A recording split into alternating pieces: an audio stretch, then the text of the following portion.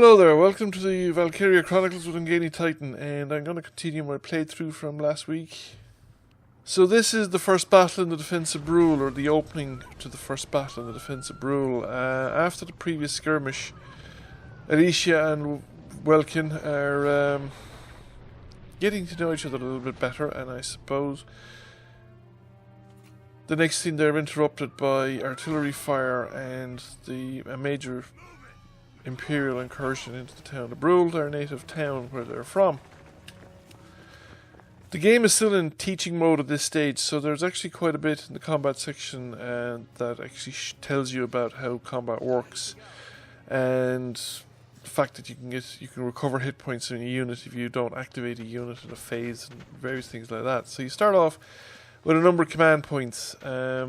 I think the number of command points is dependent on basically your officers and officer quality and the number of types of units as well. Most units take 1 command point, and most units are a single individual. Our tanks take 2 command points, and I don't know if there's any other variations later on. In this combat you just have infantry units, and there's no recovery of wounded. If the unit hits 0 hit points, it's out of the big game. You start out with the objective of clearing out the enemy headquarters and basically driving off the patrol from the incursion into Bruhl. So you spend a command point to activate a unit. A unit gets a number of action points, which represents their ability to move. They also get a fire phase, so they can make 1 attack essentially during their turn, and the enemy will get a response. Each enemy unit will get that has a line of sight will get a response fire phase. So that line, that orange line there to Alicia's head, is actually a line of sight line, indicating there's a single unit that has a line of sight to her at the moment, the one she's shooting at. You can activate a unit more than once. In fact, you can activate the 1 unit as many times as you want if you have the command points to do it. However, each time you activate the unit, its action points don't recover fully. So eventually the unit gets exhausted and it can finish up short of action points, as you will see later on. Frontline units get responses to enemy movement and to enemy fire, so they get a return fire phase, so it's very profitable to have as many frontline units as you can. I'm not sure how far back the return fire phase is triggered from. Combat also generates success in combat, or successfully completed combat missions generate credits and experience, which can be then spent later on in the game, not at this point yet, but later on in the game, for improving your troop quality by experience, and for research and better weapons, and I think upgrades and repairs to the tank also are using the credits that you generate from successful combat missions. So in this initial phase of the battle, I'm supposed to get up into the plaza and find the enemy headquarter unit and drive it off. So I'm bringing up the militiamen now, so that each unit can keep the support, and I'm not over-relying on a single unit as well. And we're just trying to clear out the guys in front of us. However, once we reach that sandbag, not the guy where your man's behind, but the sandbags up there beside that truck, the nature of the battle will change. Essentially, the whole objective changes because you get into a cutscene and the enemy introduce tanks, and that escalates the whole scenario. So, terrain, it's very important that you're behind cover. So sandbags represent cover, and they reduce the chances of headshots and criticals. Long grass like this, you can crawl on the long grass, and that'll give you cover as well, but I don't think it's as effective. I think it just more hides you rather than prevents criticals and various things like that. Later on, in the later combats, once you've formed up your squad and you're into the game proper, reduce to 0 hit points doesn't automatically kill a unit. I think you have 3 turns to get a medic, or another unit up to the unit that was downed, and they will then call a medic, and the unit will be evacuated and return, I suppose, at a later time. So I'm just bringing the units up here. Alicia is now in forward position, and I decided not to advance any further. The toolbar at the bottom there at her feet is actually represented her remaining action points, but I decided not to exhaust them, and didn't have an enemy in line of sight, so I wasn't able to execute a fire phase. It's now the enemy turn. You generally only see enemy movement that you have line of sight on, so the rest just takes place in the background behind the scenes, and you don't know what's happening or what the enemy units are doing. You can kind of guess the size of the enemy force and the number of combat or command points that it has. So I caused Welkin to crawl there, which I shouldn't have. It was of no use to me. I didn't mean to do it, and it consumes up action points. So I reached the corner, and I'm kind of reluctant, just checking to see can I get around it. Now when I reach the sandbags here, I have two lines of sight coming in on me. There's two people firing, and go into cover, and I shoot this guy. Now he's in cover as well, but we've managed to get a hit on him, and he requires 6 shots to kill. So I've already fired my 5 shots. If I activated Welkin again, I'd get another 5 shots, but even if every one of them hit, it still wouldn't kill him in one action phase. However, rather than bring activate Welkin a second time, I'm just activating Alicia as well, bringing her over into a more forward position, and let's see if I can get a shot at this guy. We've managed to get a couple of hits, but he's not out of the game yet, and however, he is.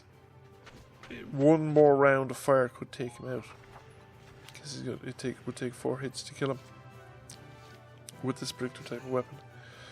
And we have the town watchman.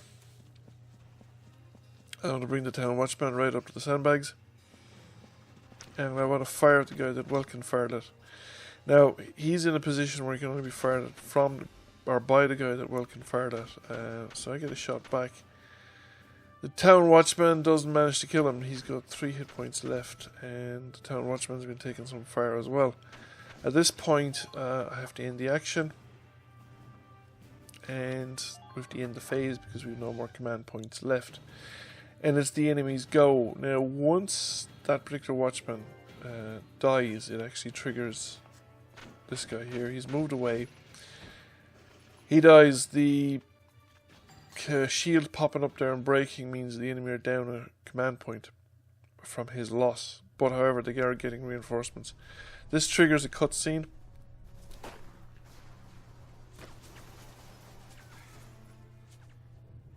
What's that?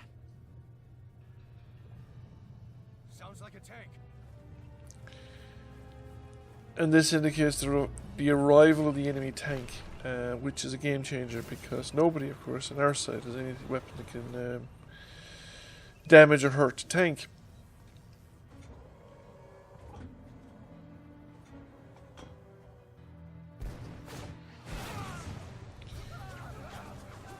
This causes essentially a rout among the majority of the militia around the area, but not among the unit that you're commanding. It says that it's going into combat phase at the moment, but essentially it's part of the cutscene. It's an extended. It's not a regular combat phase. The enemy are movement.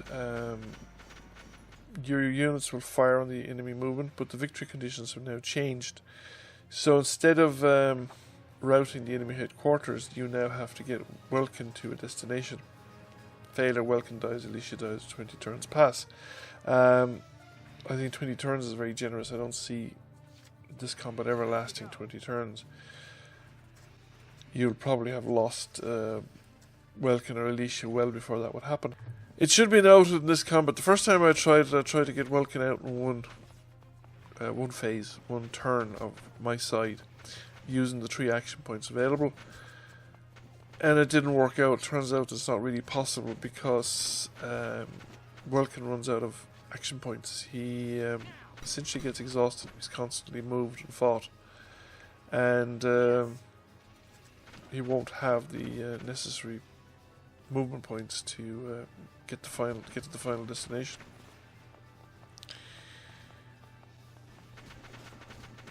And he's running out low on hit points as well because he's under fire from quite a lot of enemy troopers all at once.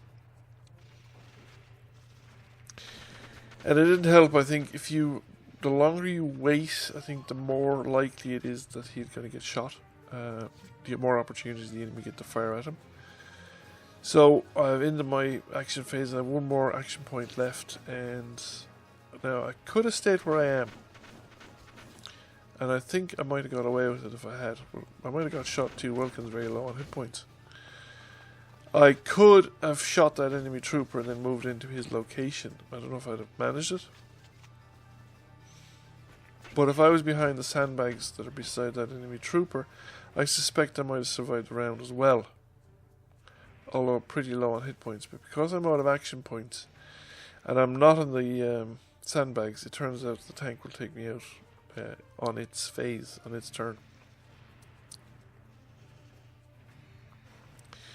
And it's probably what the AI is programmed to do if it sees the opportunity to kill one of the principal characters in the open before so as it turns out, it will do it and it'll win the game. So the tank moves forward. It's the enemy phase, and it turns around, fires the mortar at Welkin, and he's only got a couple of hit points left, and that's it. He's dead. Game over. Literally. There is no recovery from this, so you have to succeed. Now, if you fail, you go back to the very beginning of the combat. So you go back, not when the tank arrives, but to the combat prior to the tank arriving. So you're down on that alleyway that you had to fight up to get to the main square. I'm skipping that bit. And just going back straight into the tactical combat immediately after the arrival of the tank. This time I tried a different attack. I moved Welkin around the other side. Took the opportunity to weaken this guy from here.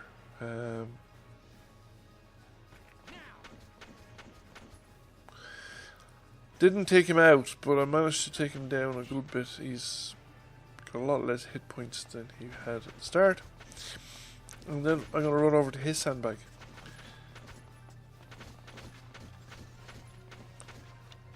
In my turn, and then I'm going to switch to the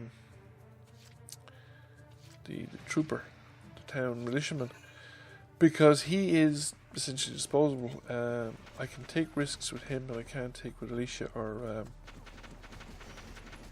Welkin. Now, what I did here, I moved him past the tank. I shouldn't have done that. I should have actually stopped this location, and he had a few more hit points. The idea was to take him over beside Welkin, so that he could crouch down there and he would provide an extra target, somebody else to shoot at, plus he'd provide extra defensive fire. However, because he'd so few hit points left, he succumbed to the defensive fire. Now, Alicia hasn't moved, so she's recovered hit points since the advance up onto the edge of the plaza. Here we go. So Welkin's activated again, so I'm going to use him now to get rid of another trooper to reduce the amount of fire that he's going to be receiving in the enemy phase. And that guy was standing in the open. He was an obvious target, so he was the simplest to hit. So we've two more guys with line of sight on Welkin and potentially the tank as well.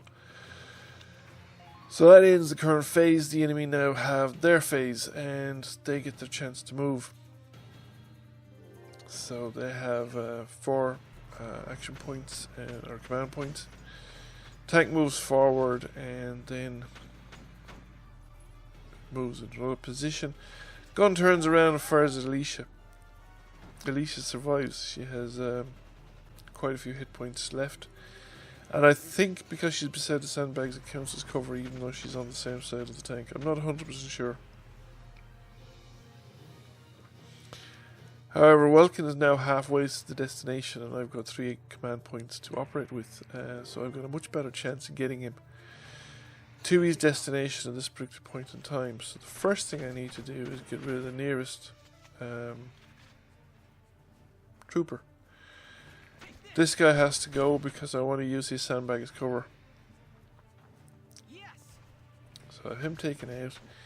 I can now move Welkin forward. Couldn't get around this side. you can climb over the sandbags. You just push the character forward using the WSAD keys.